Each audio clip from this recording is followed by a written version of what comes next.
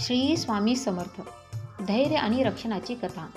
अक्कलकोट जवळ सरस्वती नावाची एक स्त्री राहत होती. तिचं आयुष्य खूप दुःखाने भरलेलं होतं. तिचा पती वारला होता. मुलं लहान होती. घरात पैसा नव्हता. समाजाकडूनही तिला अपमान सहन करावा लागत होता. तरीही एक गोष्ट कधीच सोडली नव्हती, स्वामी समर्थावरील श्रद्धा. ती रोज सकाळी घरातल्या दिव्याजवळ बसून म्हणायची, श्री स्वामी समर्थ, माझं आणि माझ्या लेकरांचं रक्षण करा. एक दिवस ती शेतातून घरी येत असताना काही दुष्ट लोकांनी तिचा मार्ग अडवला. ती खूप घाबरली. मदतीसाठी कोणीही नव्हते.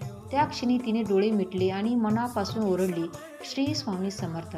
तेवढ्यात तिला जाणवलं जणू कोणीतरी तिच्या पाठीशी उभा आहे.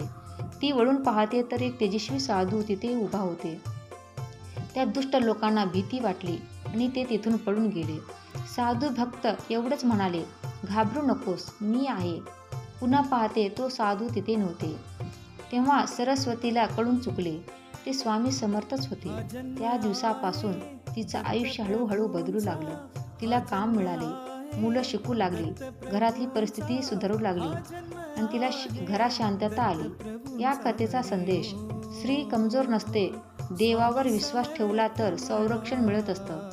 संकटात स्वामी आई सारखं कवच देत असतात. स्वामी समर्थ म्हणतात, जो भयात आहे तो मला हाक देईल, मी धावून येतो.